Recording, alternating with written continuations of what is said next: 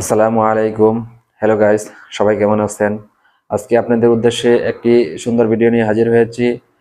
আজকে যে আমি কথা বলবো, আমাদের সবার সুপরিচিত মুখ, Islamic scholar doctor Zakir Naik sir. তিনি অত্যন্ত গুরুত্বপূর্ণ আলোচনা করেন এবং তিনি যে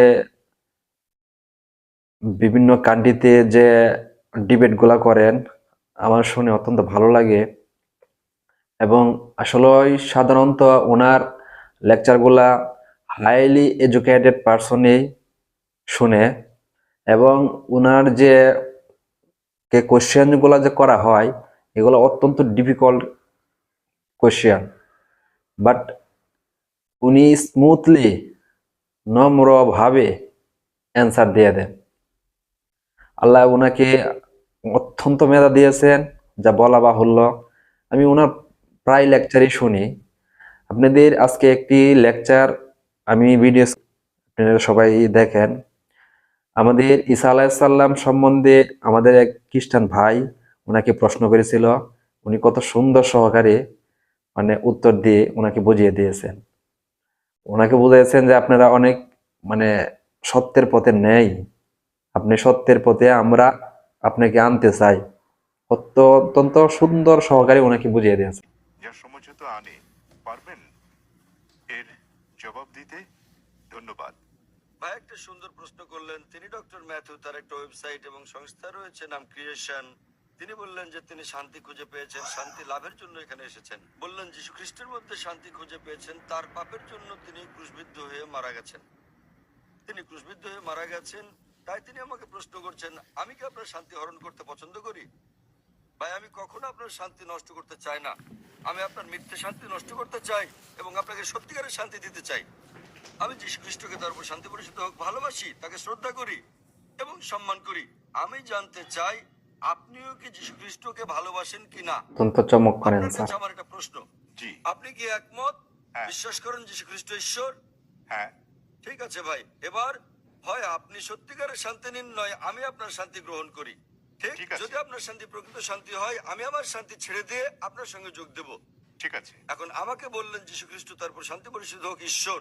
আমি চ্যালেঞ্জ করছি আপনাকে, পারলে বাইবেলের এমন একটা অনুচ্ছেদ দেখান, স্পষ্ট করে বলা একটা অনুচ্ছেদ দেখান, একটা দ্ব্যর্থহীন ভাবে বলা অনুচ্ছেদ দেখান, যেখানে যীশু খ্রিস্ট তারপর শান্তি পরিষদ হোক নিজে বলেছেন যে আমি ঈশ্বর, অথবা আমার উপাসনা করো, তাহলে আমি খ্রিস্টান ধর্ম গ্রহণ করতে রাজি আছি। আপনি বললেন যিশু হলেন ঈশ্বর। মুসলিমদের যতটা সংশ্লিষ্টতা রয়েছে তাতে ইসলাম ধর্ম হচ্ছে একমাত্র খ্রিস্টান ধর্ম বিশ্বাস যাতে যীশু খ্রিস্টকে তার উপর শান্তি পরিষিদ্ধ হোক বিশ্বাস করতে বলা হয়েছে। কোন মুসলিমই মুসলিম হতে পারবে না যদি সে যীশু খ্রিস্টকে বিশ্বাস না করে। আমরা বিশ্বাস করি যে তিনি সর্বশক্তিমান ঈশ্বরের অন্যতম সেরা পয়গম্বর ছিলেন। আমরা বিশ্বাস করি যে তিনি মসীহ ছিলেন, মানে খ্রিস্ট ছিলেন। আমরা বিশ্বাস করি তিনি জন্ম নিয়েছিলেন অলৌকিকভাবে, কোনো পুরুষের সংস্রব ছাড়াই, যা অনেক আধুনিক খ্রিস্টানে বিশ্বাস করে না। আমরা বিশ্বাস করি যে তিনি ঈশ্বরের অনুমতি ক্রমে মৃতকে জীবন দান করেছিলেন। আমরা বিশ্বাস করি যে তিনি ঈশ্বরের অনুমতিতে জন্মান্তর কুষ্ঠরোগীদের সুস্থ করেছিলেন। মুসলিম আর খ্রিস্টানরা এখানে একসঙ্গে চলছি, কিন্তু পার্থক্য আছে। যেমনটা আপনি বললেন যে বেশিরভাগ খ্রিস্টান বিশ্বাস করেন যে যীশু খ্রিস্ট নিজেকে ঈশ্বর দাবি করেছেন।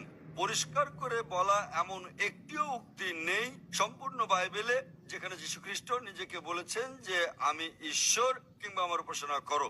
যদি এরকম উক্তি দেখাতে পারেন, আমি খ্রিস্ট ধর্ম গ্রহণ করতে প্রস্তুত। যদি তিনি না বলে থাকেন, তাহলে কেন আপনারা বিশ্বাস করেন তিনি ঈশ্বর?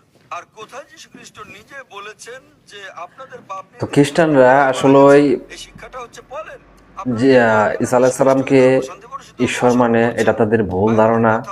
কারণ ঈসা আলাইহিস সালাম ছিলেন একজন নবী, আল্লাহর পক্ষ থেকে একজন বার্তাবাহক, এবং তিনি মানুষকে হেদায়েতের পথে সবসময় ডাকতেন।